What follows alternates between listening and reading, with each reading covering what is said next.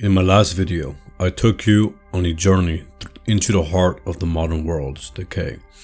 We unveiled the anti-god born in 1789 during the French Revolution, a malevolent force I named the Absolute Immanence. We exposed his animating spirit, one of humanity's self-abolition, which has unleashed a torrent of greed, individualism, social atomization, and hedonism, leaving us in a profound spiritual ruin. This profane deity, with its paramount worship of the self, creates an inferior culture that only produces weak men who are not capable of leading us to the promised land. We here on this channel, and all of those who embrace the fifth philosophy, understand this crisis with a chilling clarity.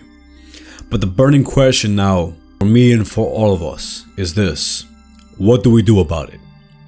How does one actively reject this anti-god? And how does this look like in a world seemingly designed for his worship? This is where we enter the most powerful teaching of the fifth philosophy.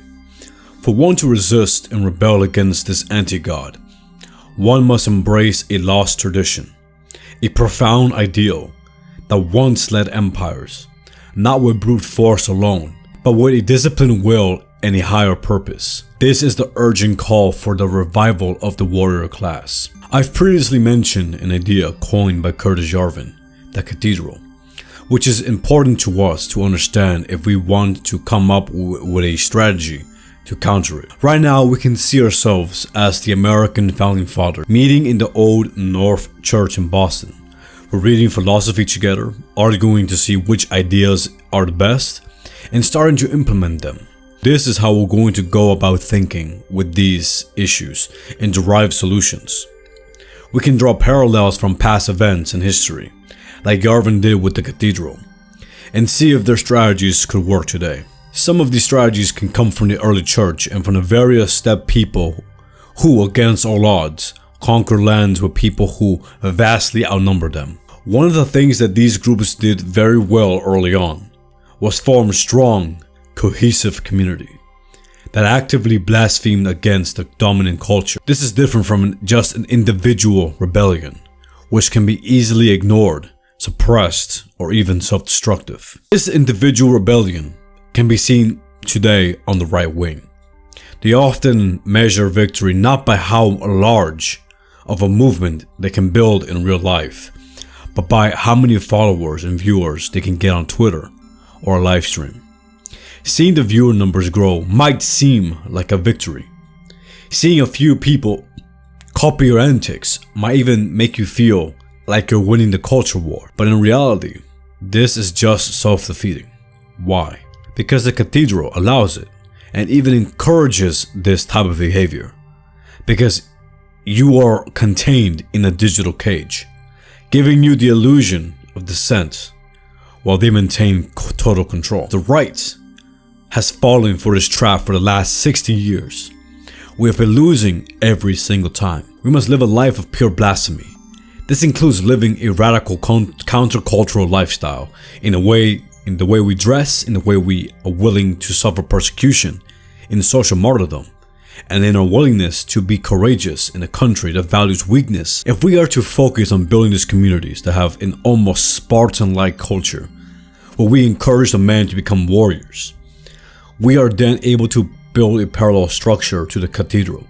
The early church is an example of how we can strive to be, to show us what it will likely look like at first, before a Constantine converts. The thing that we must avoid is trying to be at the center using acceptable paths.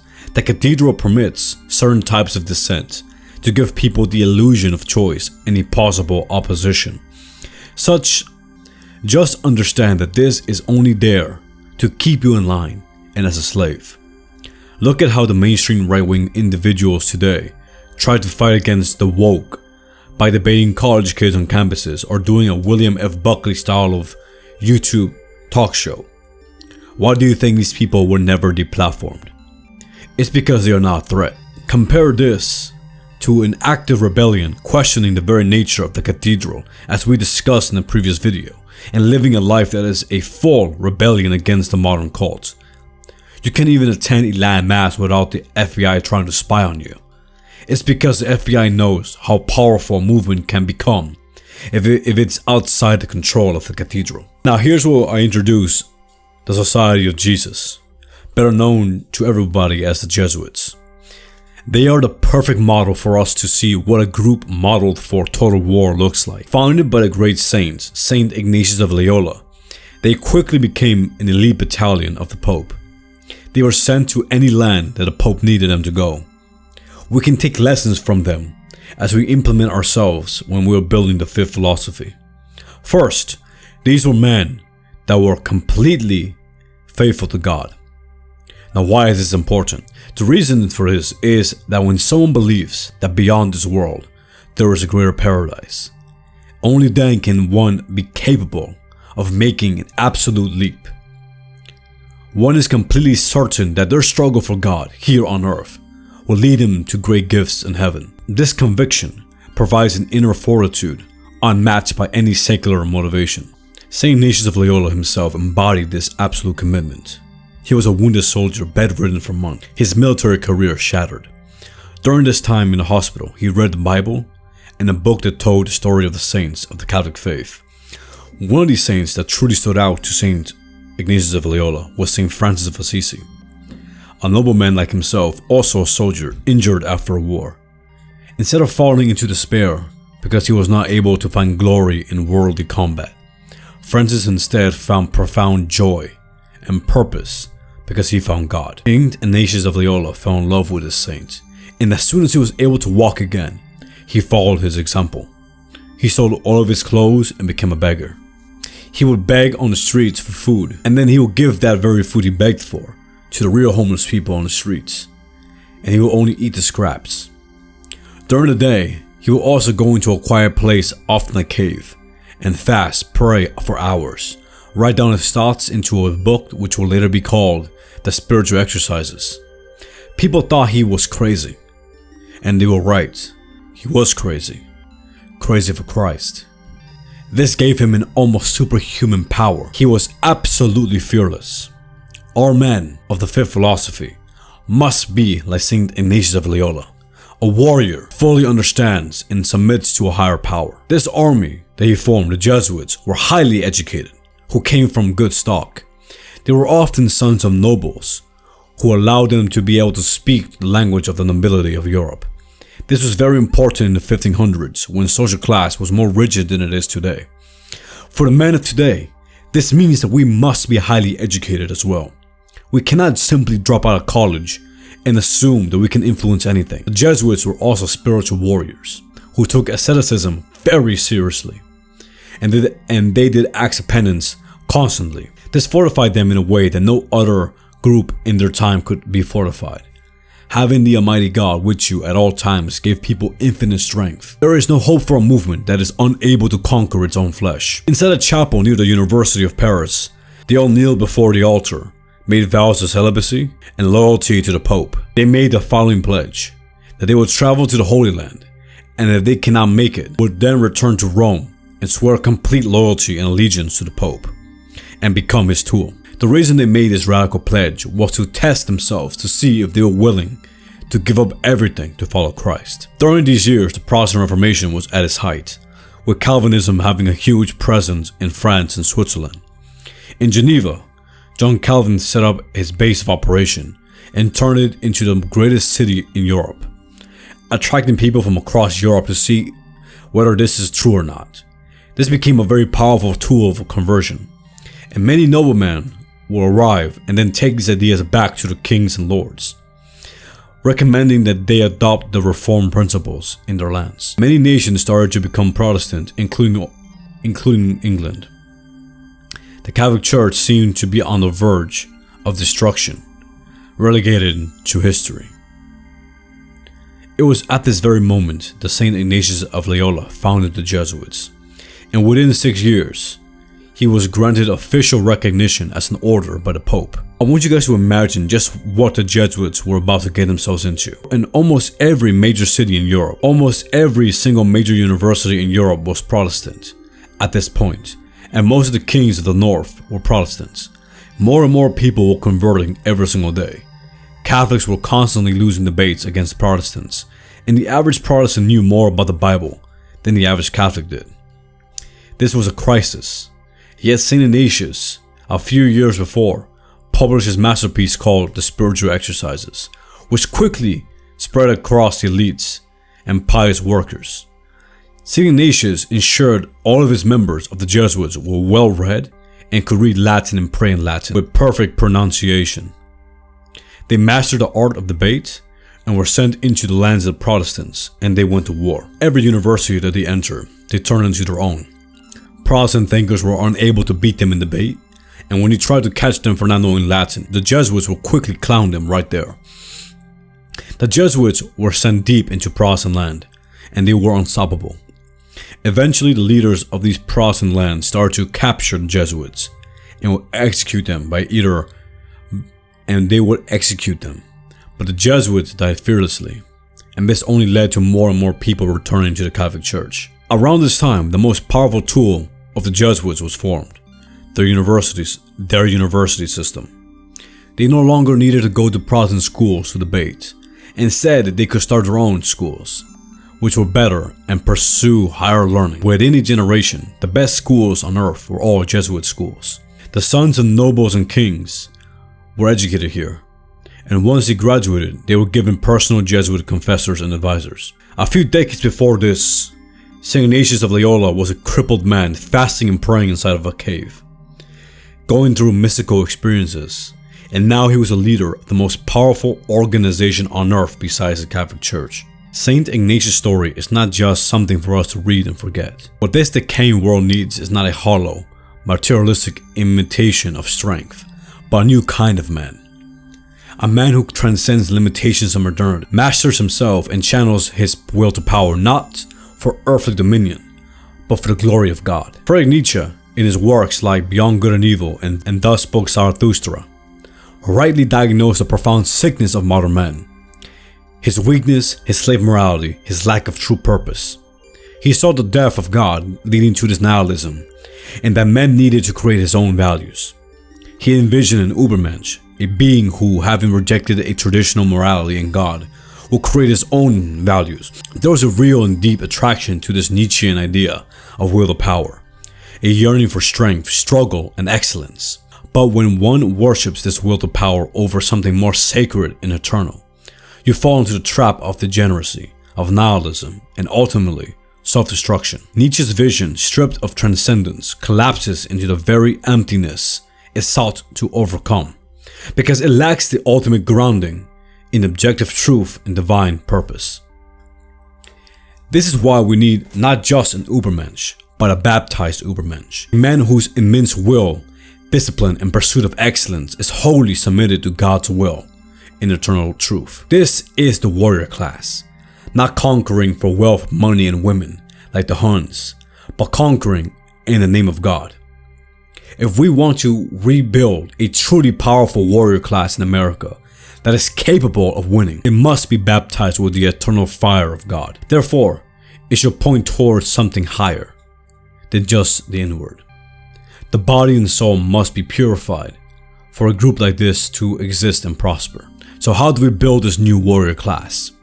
Firstly, a new warrior class must be a people who is highly educated and reads often. Read texts from right-wing thinkers and left-wing thinkers. You must be well versed in writers like Evola, Guénon, de Maistre, Cortez, and also encyclicals by popes like Benedict XVI, Leo XIII, Pius X, and Pius IX. You must also read leftist writers as well, like Fanon, Foucault, Marcuse, Betty Friedman, Butler, and others. The Jesuits did not just read the Bible. They also deeply studied the writings by Protestant reformers, to debate them and to call out their false ideas. If we ever want to build institutions that rival the Cathedral in the same way that the Jesuits built their schools, which rivaled the reformer schools, we must have a deep understanding of philosophy and political theory on both the right and left. But remember, no amount of reading and intellectual formation will prepare our bodies or provide the spiritual nourishment that we need. The saints wrote about how, during their deep asceticism, they were able to understand God and even speak with Him. The warrior class and our ancestors understood this very well. Mysticism might sound like a foreign idea to modern men, but without it, we will ultimately lose. We must embrace the rigorous asceticism, not just of self-denial for its own sake, but as a discipline to forge unyielding will, a clear mind, and a spiritual untainted by modern indulgence. This includes traditional practices such as fasting and prayer, alongside modern applications like physical training and deep intellectual discipline. With asceticism comes also the rejection of modern vices. We must visibly reject the pervasive vices that often afflict contemporary society, including those mistaken for freedom, even on the purported right. We must be examples to the world of the radical lifestyle necessary for building a civilization to rise from the ashes. One of these vices is hedonism. To conquer this, one must cultivate chastity, purity, and reverence for the authentic human relationships, while strongly rejecting the casual promiscuity, pornography, and the commodification of human connection. I know that this will be very difficult for conservatives, who has fallen for the manosphere's red pill, which I believe is the greatest cancer that has ever entered young men. As long as our men are enslaved by this, they will never be able to escape sin and be freed. The next battle that must be waged for the soul and the body is a war against escapism. We must fight this by rejecting the excessive drinking, drug abuse, and constant entertainments like obsessing over sports and celebrity culture. These are forms of spiritual anesthesia that numbs the soul to the battle. Consumerism is also something that we must reject. And finally, we must reject the vice of materialism.